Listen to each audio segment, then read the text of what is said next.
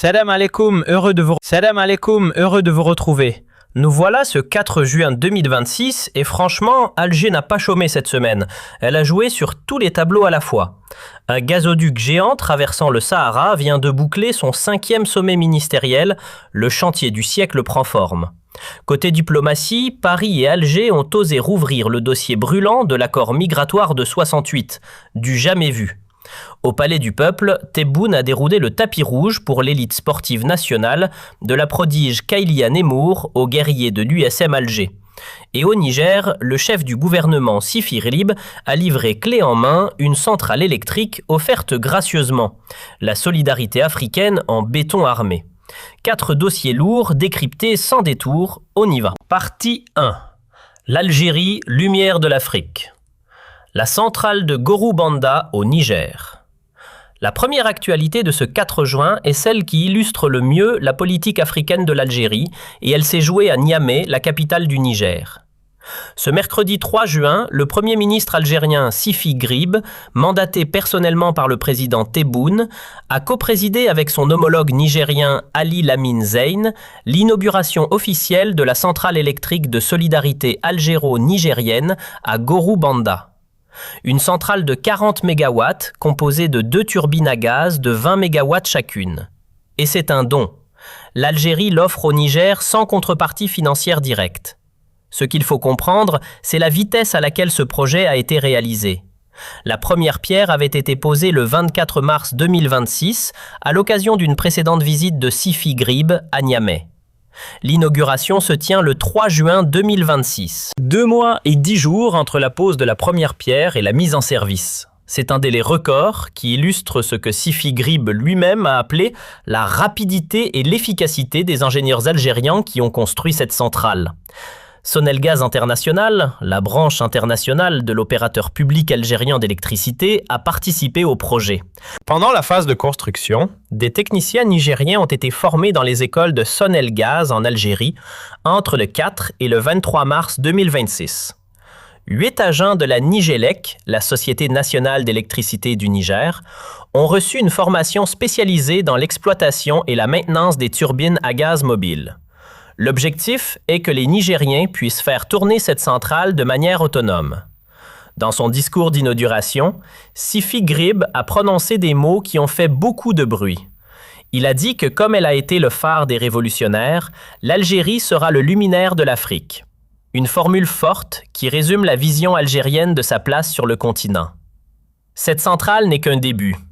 En marge de la cérémonie, 3 filiales de Sonatrach, Enageo, Enafor et Naftal ont signé 3 mémorandums d'entente avec la Sonidep, la société nigérienne des produits pétroliers. Ces accords portent sur la réalisation de travaux de forage au Niger, le traitement des données sismiques et la coopération dans les produits pétroliers. L'Algérie ne vient pas seulement apporter de l'électricité, elle vient s'intégrer dans le tissu économique du Niger. Il faut replacer tout ça dans son contexte géopolitique. Le Mali et le Burkina Faso ont rompu leurs liens avec la France et ont expulsé l'ambassadeur français. Dans cette situation de recomposition géopolitique du Sahel, l'Algérie se positionne comme l'alternative naturelle. Une puissance africaine non occidentale avec des moyens financiers, techniques et humains réels. Cette centrale électrique au Niger, c'est autant un acte de solidarité qu'un acte géostratégique. Sifi Grib a également annoncé le lancement prochain des travaux d'une polyclinique et d'un centre de dialyse à Agadez, dont l'achèvement est prévu entre fin 2027 et début 2028. L'Algérie construit des hôpitaux en Afrique. C'est une présence qui va bien au-delà de la diplomatie de façade. Partie 2. France-Algérie. L'accord de 1968 sur la table, le vrai bilan de la visite Sayoud. La deuxième actualité de ce 4 juin est le sujet le plus brûlant sur le plan diplomatique. Les 1er et 2 juin 2026, le ministre algérien de l'Intérieur Saïd Sayoud a effectué une visite officielle à Paris où il a été reçu par son homologue français Laurent Nunez. Mais ce qui a surpris tout le monde, c'est que le président Emmanuel Macron lui-même a présidé une séance de travail avec le ministre algérien en présence de l'ambassadeur de France en Algérie, Stéphane Romaté. Ce niveau d'accueil pour la visite d'un ministre de l'Intérieur est exceptionnellement élevé. C'est le signe que Paris prend ce rapprochement très au sérieux. C'est la toute première visite officielle d'un haut responsable algérien en France depuis le début de la crise franco-algérienne en juillet 2024. La crise avait été déclenchée par des déclarations politiques sur le Sahara occidental qui avaient mis Alger en colère, conduisant à une quasi-rupture diplomatique. Depuis le début de l'année 2026, les liens se retissent progressivement. En février, c'est Nunez qui s'était rendu à Alger, reçu même par le président Tebboune. La visite de Sayoud à Paris, c'est le match retour. Plusieurs dossiers majeurs ont été discutés lors de cette rencontre. Le premier est le plus sensible, l'accord franco-algérien de 1968 sur l'immigration. Cet accord, vieux de plus de 50 ans, régit les conditions de séjour, de travail, d'études et de regroupement familial des ressortissants algériens en France. Il leur accorde un statut particulier, différent des autres étrangers, héritage de la relation historique entre les deux pays. La France réclame depuis longtemps sa révision, estimant qu'il complique la gestion d'immigration. Alger y était farouchement opposé, le considérant comme une ligne rouge. Le 2 juin, après la rencontre Sayoud-Nunez, le communiqué officiel du ministère français de l'Intérieur a annoncé quelque chose d'inédit. Les deux pays ont décidé de travailler sur la base de propositions concrètes à venir à l'initiative de la France pour faire évoluer cet accord. En clair, la porte est officiellement ouverte à une renégociation. C'est un recul historique de la position algérienne ou une concession diplomatique calculée, selon le point de vue. Ce qui est certain, c'est que c'est une première depuis 1968. Le deuxième dossier concerne les expulsions et les laissez-passer consulaires. La France voulait que l'Algérie accepte de reprendre ses ressortissants expulsés, notamment ceux faisant l'objet d'une obligation de quitter le territoire français. Pendant des années, l'Algérie avait refusé de délivrer les laissez-passer consulaires nécessaires à ces expulsions. En mai 2026, la France a confirmé qu'Alger avait délivré 150 laissez-passer. Un chiffre encore modeste, mais significatif, sachant qu'entre avril 2025 et février 2026, aucun Algérien n'avait été expulsé. Le troisième dossier est le cas du journaliste français Christophe Glaise, emprisonné en Algérie depuis plusieurs mois. La France en a fait une condition à la normalisation complète des relations. Le communiqué français mentionne explicitement une attention particulière portée à sa situation et à son retour en France. Mais aucune date ni aucun engagement concret n'a été annoncé publiquement. Le quatrième dossier, la coopération sécuritaire. Les deux ministres ont convenu du renforcement des échanges sur la criminalité organisée, la lutte contre le narcotrafic et la sécurité civile. Qu'est-ce que tout cela signifie pour les Algériens de France, ceux qui vivent au quotidien avec ce contexte diplomatique? D'abord, une bonne nouvelle. La reprise de la coopération consulaire signifie que les délais de traitement des documents d'état civil, des visas et des démarches administratives devraient s'améliorer. Ensuite, une incertitude. La renégociation de l'accord de 1968, si elle aboutit, pourrait modifier les conditions de séjour de nombreux Algériens en France. Les détails de cette renégociation ne sont pas encore connus, mais les communautés algériennes de France vont suivre ça de très près.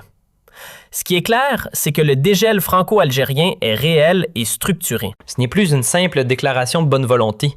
C'est une série de décisions concrètes, documentées dans des communiqués officiels des deux côtés. Partie 3. Tebboune honore ses champions. Kaïlia Nemour, l'USM Alger et les héros algériens. La troisième actualité de ce 4 juin nous ramène au Palais du Peuple à Alger, où le président Tebboune a tenu ce mercredi une cérémonie de distinction en l'honneur des champions sportifs algériens qui ont brillé sur la scène africaine et internationale ces derniers mois. C'est devenu une tradition sous Tebboune. Chaque année, le chef de l'État réunit au Palais du Peuple l'élite sportive algérienne pour la féliciter personnellement. C'est un geste symbolique fort qui dit aux sportifs algériens que l'État les voit, les reconnaît et les respecte. Mais cette cérémonie de 2026 était particulièrement chargée en émotions et en symboles. La présence la plus attendue était celle de Kaïlia Nemour, la championne du monde de gymnastique artistique. Nemour est devenue l'une des figures emblématiques du sport algérien. Ses performances aux barres asymétriques l'ont hissée parmi les meilleures gymnastes de la planète. Elle représente aussi quelque chose de plus large, la nouvelle génération du sport algérien, formée en Algérie ou dans la diaspora, qui rivalise avec les meilleurs au monde. Tebboune lui a remis personnellement sa distinction et a pris une photo souvenir avec elle. Deuxième moment fort, la réception de l'USM Alger, champion de la Coupe de la Confédération africaine de football 2026. En mai dernier, les Rouges et Noirs ont dominé en finale les Égyptiens du Zamalek pour décrocher leur deuxième trophée africain de l'histoire. L'entraîneur sénégalais Lamine Ndiaye et tous ses joueurs étaient présents au Palais du Peuple. Le trophée continental a été présenté à Tebboune. L'entraîneur a déclaré que leur travail est couronné après cette réception par le président de la République qui a suivi la finale comme tous les Algériens. La Coupe africaine revient en Algérie et l'État la célèbre. La cérémonie a également distingué d'autres champions individuels. Le sauteur en hauteur Younes Ayashi, le coureur Zakaria Touaria, le champion de kung-fu Mehran Abdelmoumen Adimi, les karatékas Cilia Wikene et Louisa Abourich, médaillés à l'étape de Rome de la Première Ligue mondiale, le judoka Drissou Redouane, l'équipe nationale féminine de handi-basket championne d'Afrique 2026 pour la 6e fois consécutive. Cette cérémonie illustre un changement de rapport de l'État algérien au sport. Pendant longtemps, les sportifs algériens de haut niveau manquaient de soutien institutionnel, de primes, de reconnaissance officielle. Aujourd'hui, le chef de l'État en personne les reçoit au Palais du Peuple. Ce signal a une valeur immense pour les jeunes Algériens qui rêvent de faire du sport leur métier. Tebboune a donné des instructions au ministre des Sports pour être à l'écoute des athlètes et des entraîneurs. Il a également insisté sur la relance du handball algérien et du sport scolaire, deux chantiers qui méritent effectivement une attention particulière. Partie 4, le gazoduc transsaharien. La 5e réunion est l'Algérie au centre du jeu. La 4e actualité de ce 4 juin est peut-être la plus stratégique sur le long terme. Ce mercredi, Alger a accueilli les travaux de la 5e réunion ministérielle du comité de pilotage du projet de gazoduc transsaharien, aussi connu sous le sigle TSGP pour Trans-Saharan Gas Pipeline. La réunion a été coprésidée par le ministre algérien de l'énergie et des énergies renouvelables, Mourad Adjal, et son homologue nigérien. Le gazoduc transsaharien, c'est l'un des plus grands projets d'infrastructure en Afrique. L'idée est simple mais titanesque, relier les champs gaziers du Nigeria dans le golfe de Guinée à l'Algérie par une canalisation traversant le Niger et le Sahara, soit une distance de plus de 4000 km. De l'Algérie, ce gaz nigérien rejoindrait les gazoducs existants qui alimentent l'Europe via la mer Méditerranée. Ce projet existe depuis plusieurs décennies sur le papier, mais depuis 2022, il a franchi des étapes concrètes.